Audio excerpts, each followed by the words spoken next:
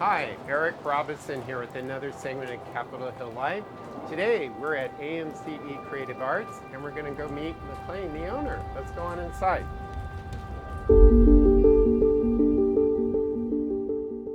AMcE Creative Arts is located on 19th Avenue East, across the street from Monsoon. This gallery I opened about 2.5 years ago, and I was looking for my next story.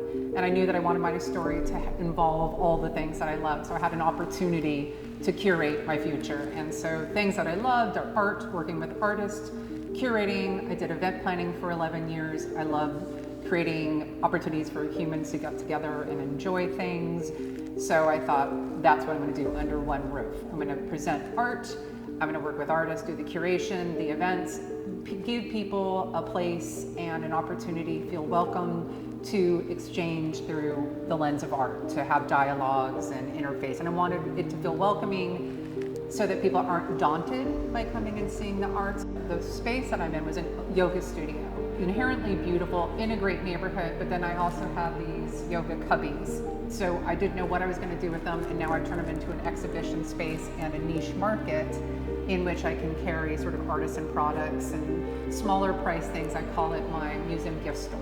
So that was sort of unique, sort of beyond the white cube model, traditional white cube. And the fact that I do events, you know, I'll host artist-led workshops where people are coming together and creating in sort of a fun and informal environment. I was in the Los Angeles art scene for 25 years. So I come loaded with a lot of artists that I've worked with literally for 25 years. My being new to Seattle and it's being a completely different art market with a different sensibility, it was great to be able to introduce those artists to a completely new audience and, you know, a new city. A lot of the artists are Pacific Northwest, but a lot of them do come from Los Angeles. More and more try to be conscientious about including Seattle-based artists, but I've been told that people do like the conversation that between artists outside of Seattle with this artists. I did a show at the beginning of this year called Locally Sourced, where it was exclusively Pacific Northwest, and because I'm a crazy person, I had 16 artists in that show. But what happens is it's usually when I denote what the theme is, it's revealed to me. It's usually about the human condition in the most lovely and sort of human way, because I feel that art fits in when our language falls short, and it's about the experience of being human. So sort of curated around that idea, because I want people to walk out with having had an experience that the art moves them in some way. And really, it can be a single artist that I will build a show around, but usually takes on a tone. And when I put the work together, obviously there has to be an aesthetic relationship. I don't shy away from mixing ceramics with painting, or doesn't have to be one particular media that I'm showing. I don't know if artists would agree with this, but my feeling is whether you like the piece or you don't like the piece, if it registered a reaction to you when you saw it, then the artist accomplished its task because it made you feel. And then that to me makes it a really wonderful piece of art. Well, also too, I think that if it makes you feel, I think it makes you feel less alone in this world. That if someone else is connecting with something in you, sort of sharing your humanity, and then that stays with you, because it is about the art and your relationship to the art, but it's sort of the bigger picture around that art, where you got it, what was feeling, what it made you feel.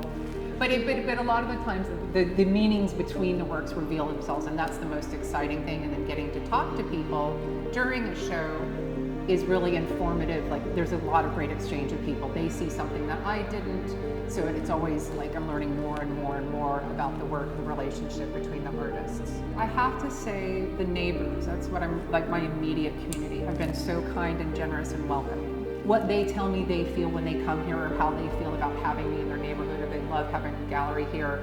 It's their experience, which was an unspoken ethos that I was trying to create when I built this space. That it's a place that they feel that they're invested in, that the place that they feel is in part their own, that they can come here, learn more about the art, but they sort of think of this as they're like personally invested in it in sort of an emotional way. So that's always incredibly gratifying, because I want you to walk out, as I said, with an experience and a feeling. And so if this can offer that kind of feeling of being like challenged, inspired, or you learned something new, or you met a cool new artist, or you saw something differently, So that feedback, but then also I try to give back because I have the great fortune of being able to do this and follow my dreams. So I try to make sure that I'm cognizant and grateful for all the wonderful things that happen. I try to not let those stick too much. I'm grateful that I have to move on, but I also want to give back. I really never want to give up this space because it's such a beautiful space. But I'm thinking I would love to have a secondary space so I can leave more of an imprint or import more shows, so more like a cultural space in addition to like a commercial fine art gallery. So something larger where I can import exhibitions. People say, what kind of art do you like? And I say, I like loquacious artwork because I feel it's sort of someone or the artists are very engaged. So they're very engaged with the world and then are expressing what their feelings are. So if you come in here, you'll find that I'm also loquacious. So any questions, I'm always happy to answer them about where to find. You definitely do. You've always answered all my questions. So again, thank you so much. Thank you. This is great. I'm excited to see your next show because I always come in to see it. Yes, you are. You will. Thank you. Thank you. That wraps up another segment of Capitol Hill Live. I hope you enjoyed it, and we'll see you next time.